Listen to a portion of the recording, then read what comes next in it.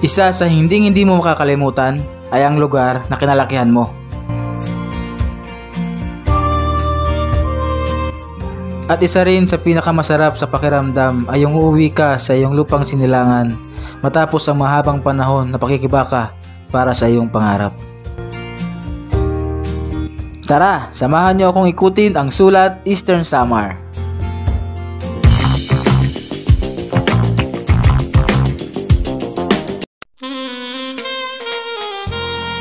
Matagal ka na bang hindi nakakawi sa iyong lupang sinilangan? At gustong gusto mo na itong makita? O nandito ka lang sa Eastern Samar pero hindi ka pa nakakapunta sa Sulat Eastern Samar? Tara, samahan niyo ako. Ikutin natin ang Sulat Eastern Samar.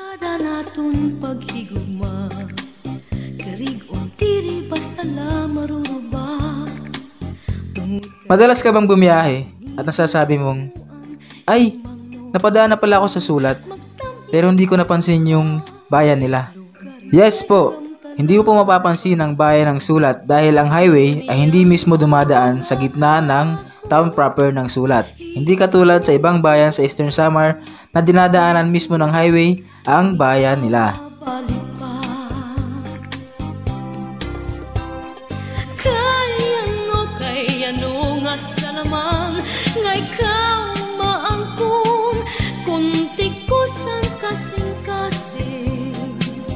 Kunan kog mamagsiring hainahay naman ng katungod han akong dughan kay tawo man lako usahay natutukso waray suka. Ang bayan ng sulat ay may 18 barangay. Ang barangay Aet, Abukay, Baybay, Del Remedio, Candalakit, Loyola Heights, Tabi, Mabini, Maglipay, Maramara, Riverside, San Francisco, San Isidro, San Juan, San Mateo, San Vicente, Santo Niño, at Santo Tomas. Hain ko ang tiagi paparaon.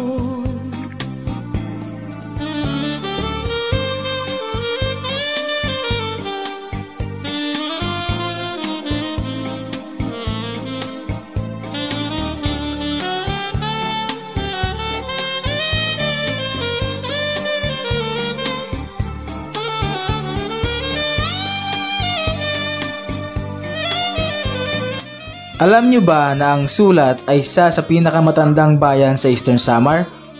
Ang mga unang nanirahan sa sulat ay mga mangingisda.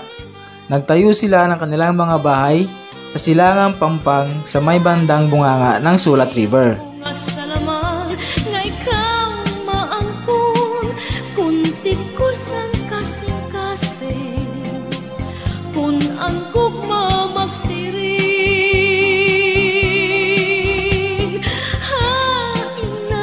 Naman ng katungod anak kong dughan kay tawo man lako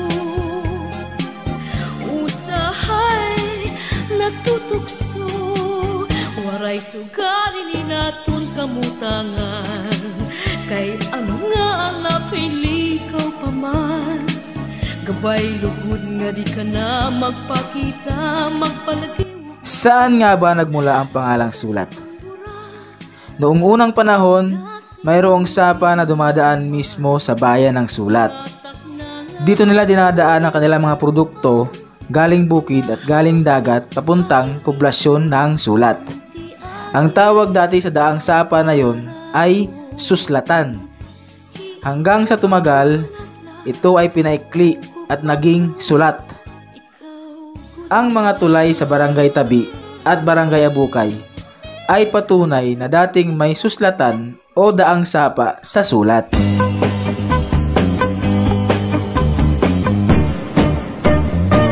Inisidlap sa aplaw sa sayo sa kabuntagon. May isa pang pinaniniwalaan na pinanggalingan ng pangalan ng sulat. Ito ay galing sa salitang Espanyol na may kahulugang magsulat. Ito daw ay mas maaga pa kaysa sa sulat o suslatan. Noong unang panahon, bago pa ang panahon ng Espanyol, ang mga taga-sulat, lalo na ang mga datu at pangunahing mamamayan ay marunong nang magsulat at magbasa. Ug sa dughan nga walay naglaylay, sa kasing-kasing nga way nagsaklay, sama ka nako nga sinalikway ay magamahay. Ug kinabuhi sa magkasaw sa gagapto, ano sa pulog ning mga luha, wa kinutuban, way hunong ang iyang kitulungan. Ay ay ay, ay ay ay, anong sakit man.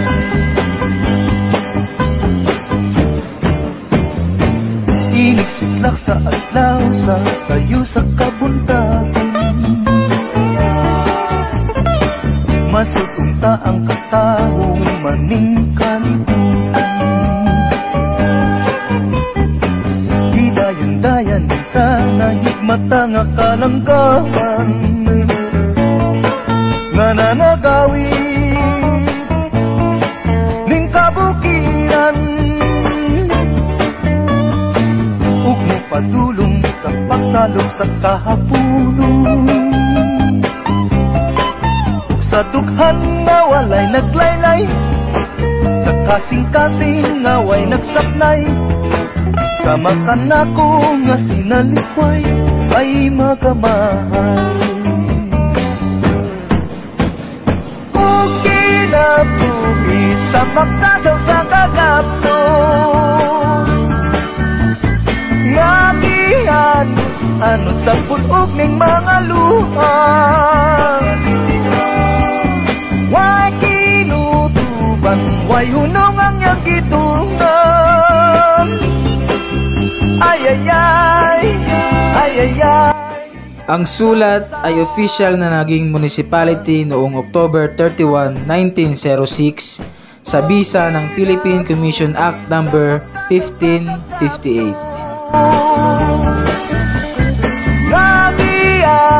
Ano sa pulog ning mga luha, way kinutuban, way hunong ang kitulungan. Ay ay ay, ay ay ay, nganong sakiton man.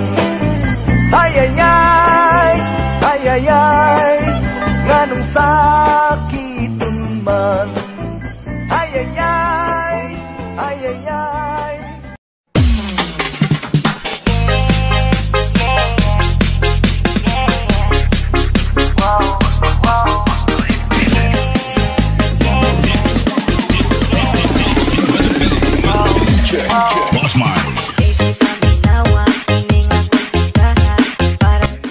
Alam niyo ba na pinaniniwalaan na dating pangalan ng sulat ay Banahaw?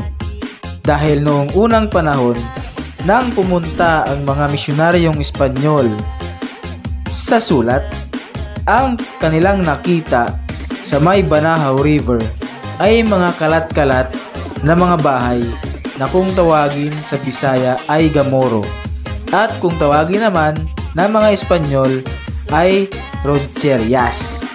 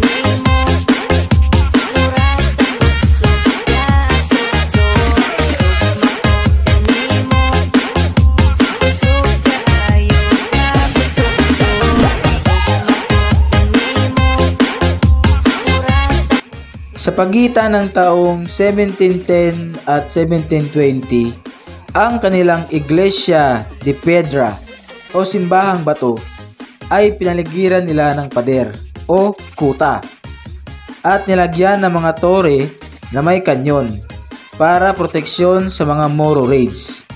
Ang mga kanyon ay makikita pa rin sa Sulat Municipal Playground sa tapat lang ng simbahan.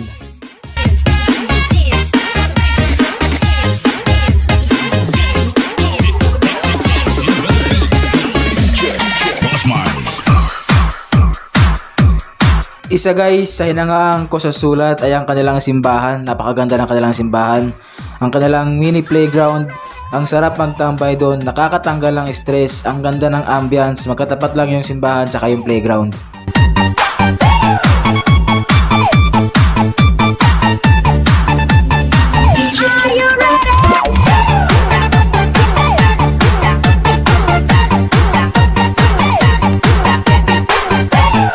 Shoutout po kay Idol BB Tarts The Wanderer sa pagpayag niyang gamitin natin ang kanyang mga drone shots, ang kanyang mga aerial shots para sa ating vlog. Maraming salamat po, Idol. Dito po ay hinabol tayo ng aso. Pero okay lang po yan. Para po mapasaya kayo, okay lang po habulin tayo ng aso, basta wag lang kagatin.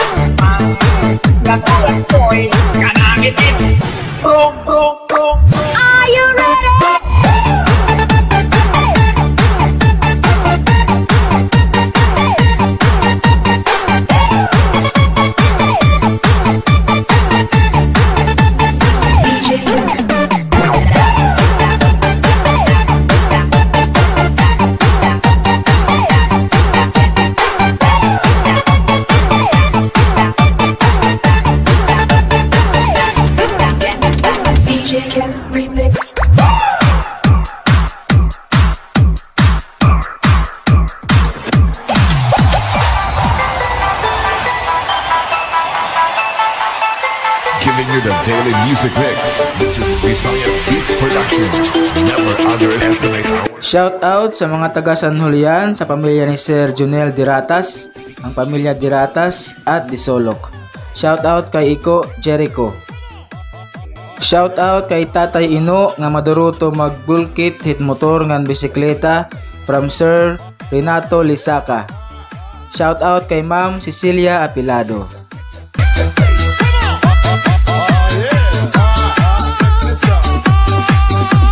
This is Tobias Fournier Mix Club. Abangan nyo po guys ang ating kindness experiment sa Bayan ng Sulat. Maghahanap po tayo ng isang good Samaritan na tutulong sa atin. Next video po i-upload ko po.